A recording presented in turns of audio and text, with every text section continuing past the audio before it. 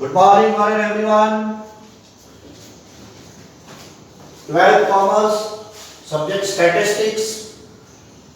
એમાં ત્રણ પ્રકરણ પૂરા કર્યા પછી હવે આપણે ચોથા પ્રકરણની શરૂઆત.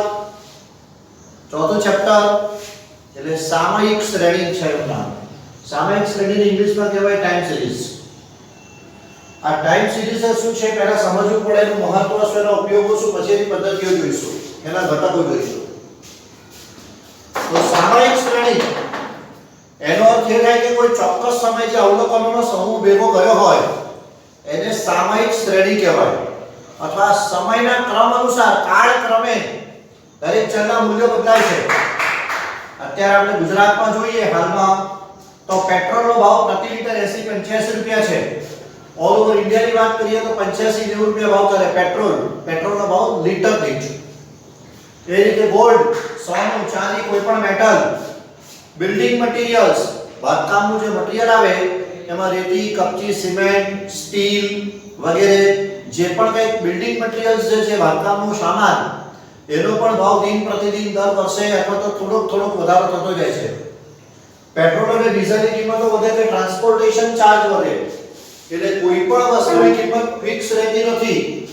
અત્યારે આપણે અમૂલનું દૂધ લઈએ, તો અમૂલ શક્તિ, અમૂલ ગોલ્ડ વગેરે નિયરેસ્ટ ભાવ 60 રૂપિયા પ્રતિ લિટર છે, એપ્રોક્સિમેટ કહું છું, બરાબર. આ 60 રૂપિયા આજે ભાવ છે એટલે 10 વર્ષ પહેલા 60 રૂપિયા તો એવું નથી. એ ધીમે ધીમે ક્રમશઃ વધારો થઈને પછી એટલો ભાવ આવે છે. તો પહેલા તો સામયિક શ્રેણી એટલે શું ને સામયિક શ્રેણીની વ્યાખ્યા શું? એ રીતે આજથી 25 વર્ષ પહેલા, આજથી 20 વર્ષ પહેલા કે આજથી 50 વર્ષ પહેલા અત્યારે જે સોનાનો ભાવ છે એ એટલો નહોતો. એ 10 ગ્રામે 1 તોલાના એ ટાઈમે લગભગ 4-5 હજાર રૂપિયા હતા. હું આજની વાત નથી કરતો, 20 વર્ષ પહેલાની વાત કરું છું. ત્યાર પછી એ વધીને 15-20 હજાર થયા. આજે 55-60 હજાર રૂપિયાનો ભાવ છે. 10 ગ્રામ એટલે લગભગ 1 તોલાની નજીક, પણ અત્યારે 10 ગ્રામ એવું કહીએ આપણે. એટલે એવી રીતે દરેક વસ્તુના ભાવમાં ફેરફારો થાય છે, કિંમતમાં ફેરફારો થાય છે, ઉત્પાદનમાં ફેરફારો થાય. અનાજનું ઉત્પાદન એટલે કૃષિ ઉત્પાદન, ઔદ્યોગિક ઉત્પાદન, એમાં પણ વર્ષ દિન પ્રતિદિન ફેરફારો થતા રહે. તો આ ફેરફારોનો જે અભ્યાસ કરવાનો, એનો જે અવલોકનોનો સમૂહ ભેગો કર્યો હોય ચોક્કસ સમય પર, તો એને સામયિક શ્રેણી કહેવાય છે. તેની વ્યાખ્યા શું છે? નિયત સમય એટલે ચોક્કસ સમયે લેવામાં આવેલા અવલોકનોનો સમૂહ છે, એને સામયિક શ્રેણી કહેવાય. સમય T એટલે વર્ષ, પહેલું, બીજું, ત્રીજું, ચોથું, પાંચમું, nમું વર્ષ. અને અવલોકન y1, y2, y3, y4, y5 up to yn. અહીં વર્ષ પણ હોઈ શકે, માસ પણ હોઈ શકે, ક્વાર્ટર એટલે વર્ષનો ચોથો ભાગ પણ હોઈ શકે. એટલે એટલા માટેનું અવલોકનની કિંમત આ છે. ફોર એક્ઝામ્પલ આપણે એવું લીધું છે કે વર્ષ 2011, 2012, 2013, 2014, 2015 એમાં ઉત્પાદન કેટલું રહ્યું ટનમાં? તો 125 ટન, પછી 150 ટન, 160 ટન, 2015 ની સામે 250 ટન. એ રીતે પેટ્રોલનો ભાવ જે ફેરફાર થાય છે, મેં જુદા જુદા વર્ષ માટે લખ્યું છે. વર્ષ 2000 નું વર્ષ, 2005 નું વર્ષ, 2010 નું વર્ષ, 2015 નું વર્ષ, 2020 નું વર્ષ. એમાં 1 લિટરનો પેટ્રોલનો ભાવ એપ્રોક્સિમેટ રેટ વર્ષની શરૂઆતમાં કે વર્ષના અંતમાં, આપણે એવું સમજો કે વર્ષના અંતમાં તે વખતે 50 રૂપિયા ભાવ હતો 2000 ની સાલમાં આશરે. પછી પેલામાં 60 રૂપિયા હતો, આમાં 75 રૂપિયા, આમાં લગભગ 80 રૂપિયા. 2020 ના અંતમાં એપ્રોક્સિમેટલી 100 રૂપિયા લિટર દીઠ પેટ્રોલનો ભાવ, પેટ્રોલ કોસ્ટ, બરાબર. તો આ જે સમય પર અવલોકનોની કિંમતમાં જે ફેરફાર થાય છે ને એનો જે અભ્યાસ કરવાનો, એને સામયિક શ્રેણીનું પૃથક્કરણ કહેવાય, જેને ઇંગ્લિશમાં કહેવાય analysis of the time series. એટલે જેમ સમય બદલાય એમ અવલોકનોની કિંમત બદલાય, ઉત્પાદન પણ બદલાય, પ્રાઇસ એટલે ભાવ પણ બદલાય, વસ્તુની ડિમાન્ડ એ પણ બદલાય. એટલે દરેકમાં જે ફેરફાર થતા રહે એ ફેરફારોનો જે અભ્યાસ કરવાનો, એને સામયિક શ્રેણીનું પૃથક્કરણ કહેવાય, analysis of the time series કહી શકાય. એટલે આ બધા સમયના ક્રમ પ્રમાણે, જેને ક્રોનોલોજીકલ ઓર્ડર કહેવાય, કાળક્રમ, સમયના ક્રમાનુસાર, ઇંગ્લિશમાં એને ક્રોનિક કહેવાય, ક્રોનોલોજીકલ કહી શકાય.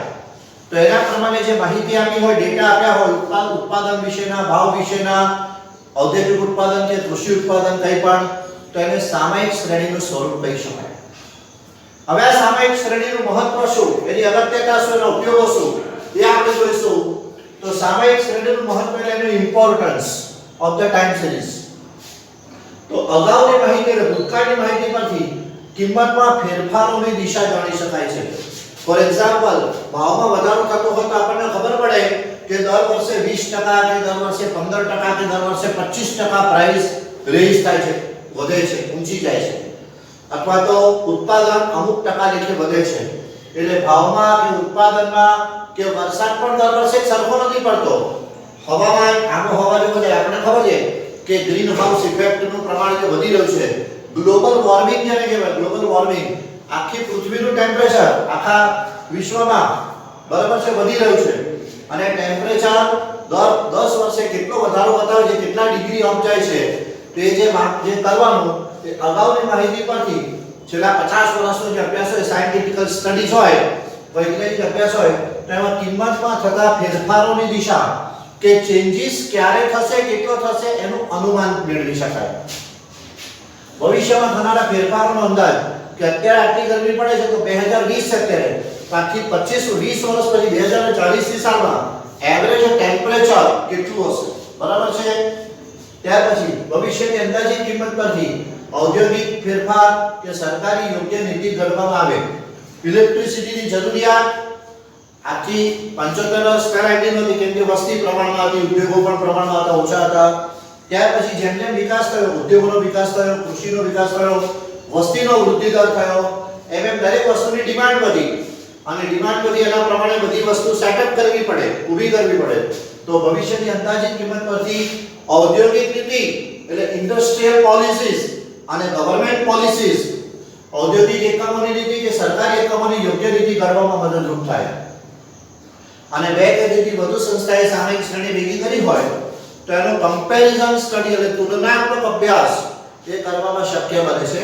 એટલે સામયિક શ્રેણીનું મહત્વ જે છે, અગત્યતા, બરાબર છે, importance of the time series એ આ રીતે છે. હવે સામયિક શ્રેણીના ઉપયોગો, what are the uses or the utilities, સામયિક શ્રેણીના ઉપયોગો કયા કયા તો એ આપણે જોઈશું.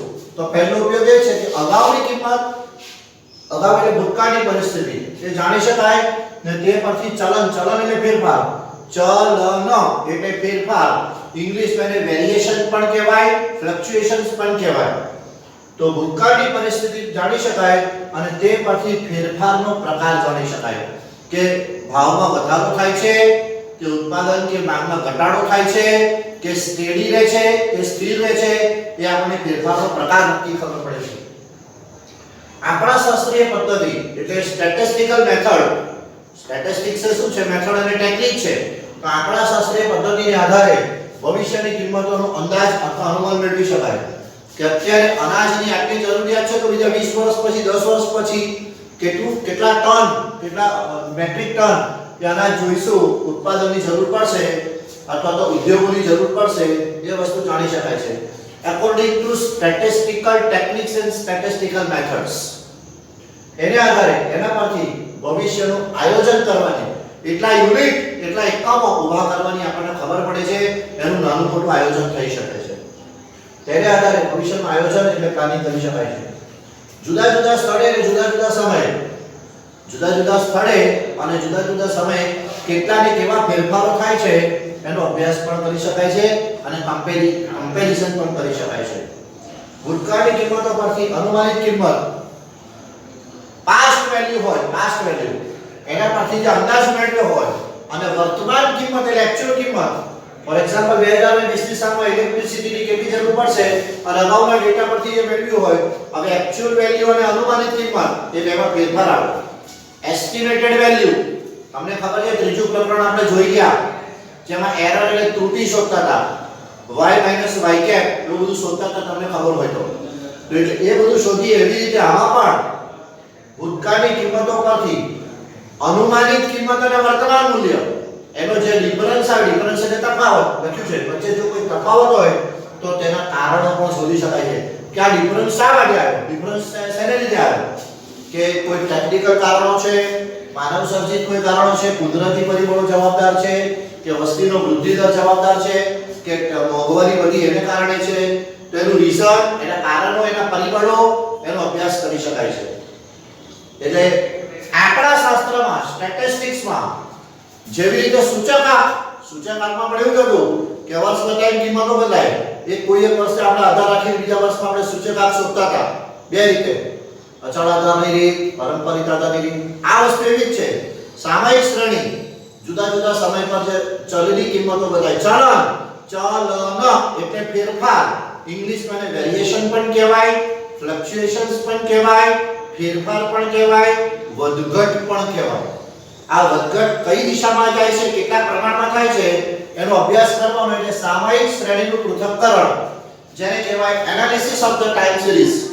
તો આ એક બહુ મહત્વનું પ્રકરણ છે, પણ એટલું પણ બહુ very simple chapter, very easy chapter. તમે જો થોડીક એમાં મહેનત કરો, થોડુંક તમે ધ્યાન આપો અને થોડીક પ્રેક્ટિસ કરશો, પૂરેપૂરા માર્ક્સ મળશે. પણ આ પ્રકરણની થિયરી પણ એટલી મહત્વની છે એટલે પહેલા બે લેક્ચર આપણે થિયરી જોઈશું અને પછીના 4 કે 5 લેક્ચર એના એક્ઝામ્પલ આવશે. પણ પહેલા બે પીરિયડ, શરૂઆતના બે લેક્ચર એના થિયરી બેસશે અને આ પ્રકરણમાં થિયરીનું પણ ઘણું જ મહત્વ છે. Okay, thank you very much. Nice to meet you.